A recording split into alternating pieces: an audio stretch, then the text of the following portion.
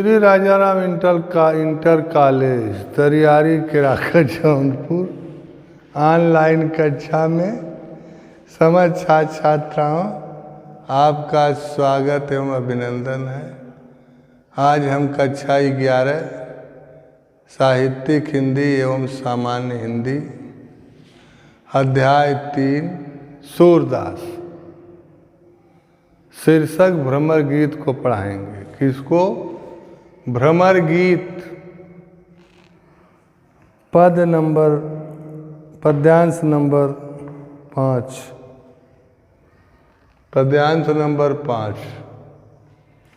कक्षा 11 साहित्यिक हिंदी / सामान्य हिंदी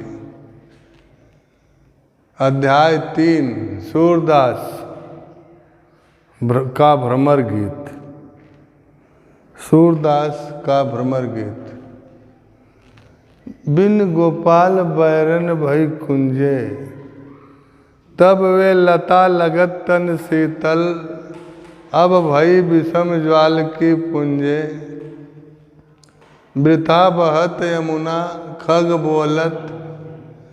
वृथा कमल फूलन अल गुंजय, पवन पान घनसार सजीवन।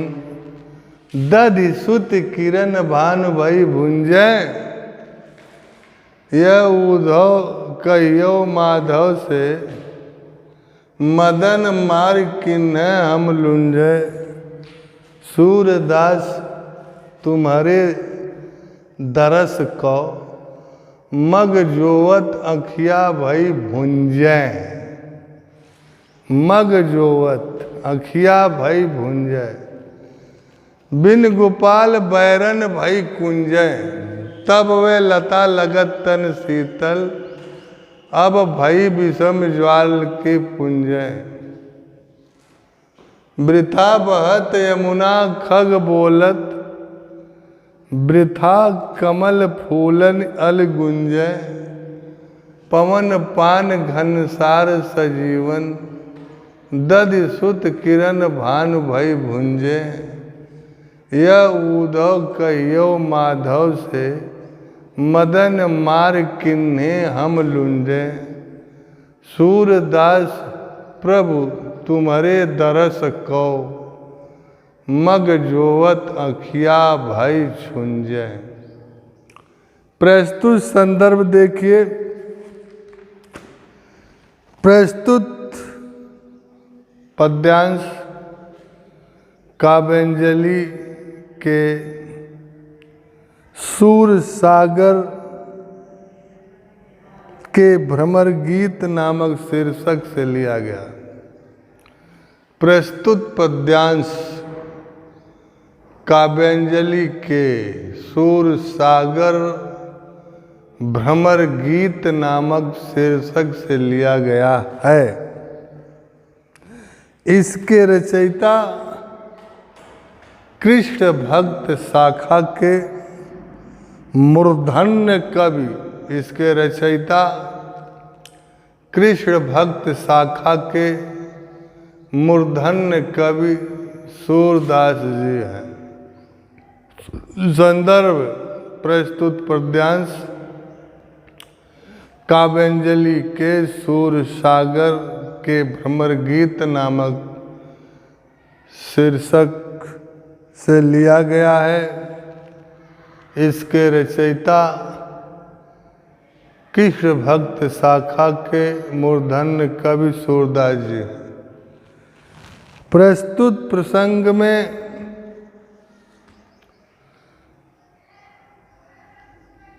अपनी संयोग की दशा में, प्रसंग जरा इसका देखिए। अपनी संयोग की दशा में कृष्ण के साथ रहने की दशा में सुख देने वाली वस्तुओं को ही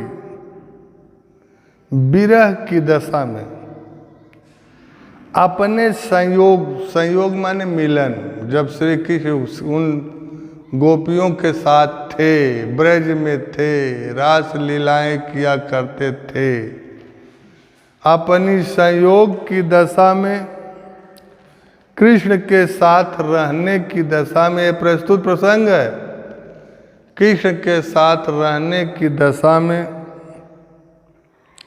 सुख देने वाली वस्तुओं को ही विरह की दशा में दुखदाई देखकर गोपियां उद्धव बाबा से कहती हैं,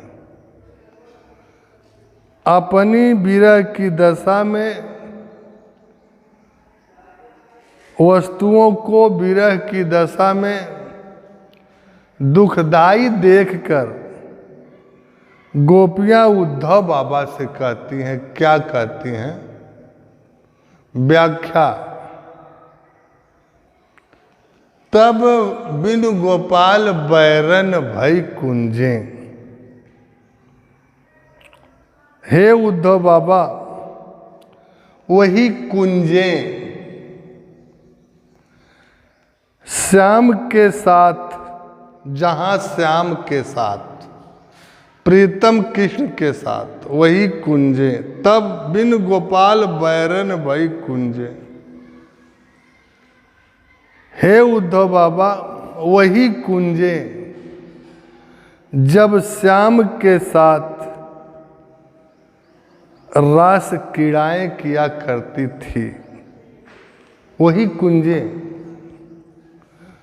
जब संयोग की दशा में, मिलन की दशा में, उनके साथ रहने की दशा में श्याम के साथ रास क्रीड़ाएं करती थी, वही वियोग की दशा में बिन गोपाल बैरन भई कुंजे, वही उनके साथ न रहने की दशा में वही लताएं, वही कुंजे, वही झुरमुटे बैरन के समान, शत्रु के समान सी लगने लगी हैं।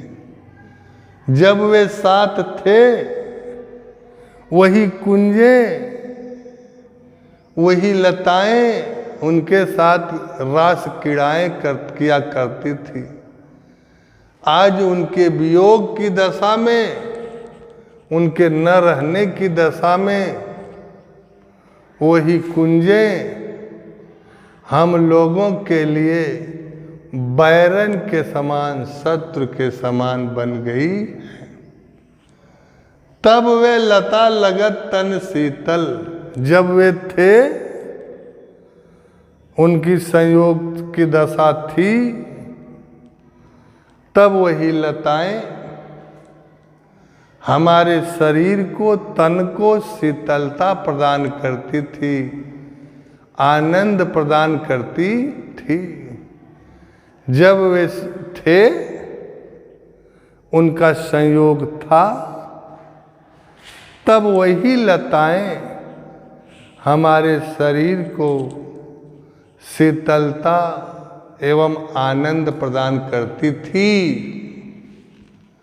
अब भई विषम ज्वाल की पूंजे, अब वही उनके वियोग की दशा में, साथ न रहने की दशा में, भई विषम ज्वाल की पूंजे, वह भयंकर अग्नि की ज्वाला की लपटों को उगलने लगी हैं। वही कुंजे, वही लताएं उनके विरह की दशा में, उनके साथ न रहने की दशा में, हे उद्धव बाबा, अब भाई विषम ज्वाल की पुंजे, अब भयंकर अग्नि की ज्वाला को उगलने लगी है, अर्थात हमारे शरीर को सूर्य के किरणों के समान दाहक सी लगने लगी है। वृथा बहत यमुना, जब वे थे तो इन यमुना के बहने के कल कल के ध्वनि में आनंद आता था। आज उनके न रहने की दशा में वृथा बहत यमुना, यमुना के बहने में भी, उनके कल कल के ध्वनि में भी कोई आनंद नहीं है। खग बोलत इन पक्षियों की बोली भी हमारे कानों को कोई तृप्ति, कोई आनंद नहीं पहुंचा रही हैं। जब वे थे तो इन यमुना के बहने और पक्षियों की बोली बहुत ही कर्णप्रिय लगती थी, बहुत ही अच्छी लगती थी। वृथा कमल फूलन अल गुंजे, इन कमलों के फूलने में भी कोई आनंद नहीं है। उनके इन वियोग की दशा में इन कमलों के फूलने में भी कोई आनंद नहीं है। इनको देख कर भी आँखों को कोई तृप्ति, कोई आनंद नहीं आ रहा है। पवन पान घनसार सजीवन, जो वस्तुएं उनके संयोग की दशा में हम लोगों को शीतलता एवं आनंद पहुंचाती थी, वही वियोग की दशा में पवन वायु, पान पान, घनसार कपूर और संजीवनी बूटी भी दधि सुत किरण भानु भय भुंजे।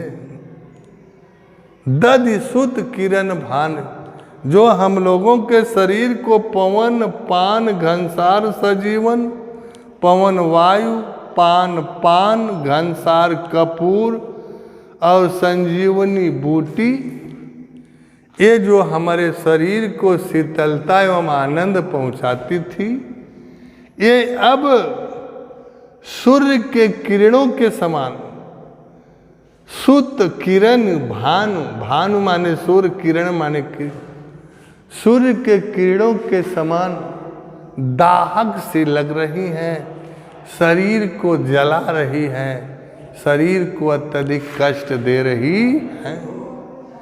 यह उद्धव कहियो माधव से, हे उद्धव बाबा, जा करके हम लोगों का उनसे एक सीधा सा संदेश कर देना।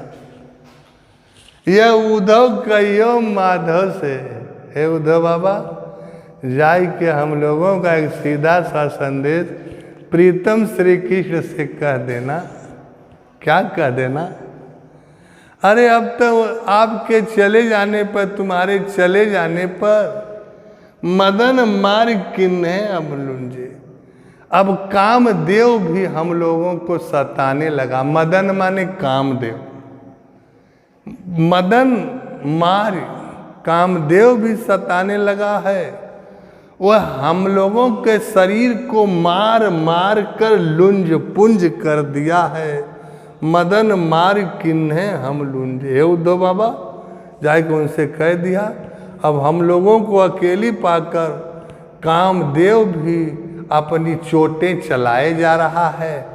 हम लोगों के अंदर काम वासनाओं को जागृत किए जा रहा है, अर्थात मार मार कर हमारे शरीर को लुंज पुंज कर दिया है।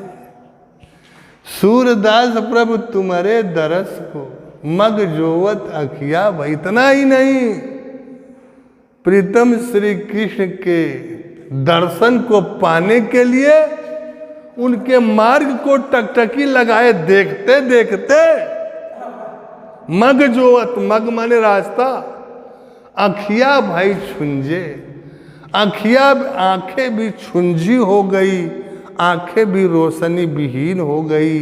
अब आंखों से भी दिखाई नहीं पड़ने लगा है, अब आंखों से भी दिखाई नहीं देने लगा है। हे उद्धव बाबा उनसे कह दिया, हे प्रभु प्रीतम श्री कृष्ण, तुम्हारे दर्शन को पाने के लिए, तुम्हारे मार्ग को देखते देखते आंखें भी छुंजी हो गई, आंखें भी रोशनी विहीन हो गई, अब आंखों से भी दिखाई नहीं देने लगा है। काव्य सौंदर्य देखिए, इस पद में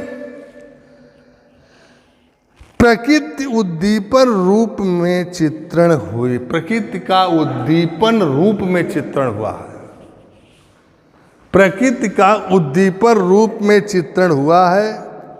भाषा ब्रज भाषा, अलंकार अतिशयोक्त उपमा, रस वियोग श्रृंगार, छंद गेय पद।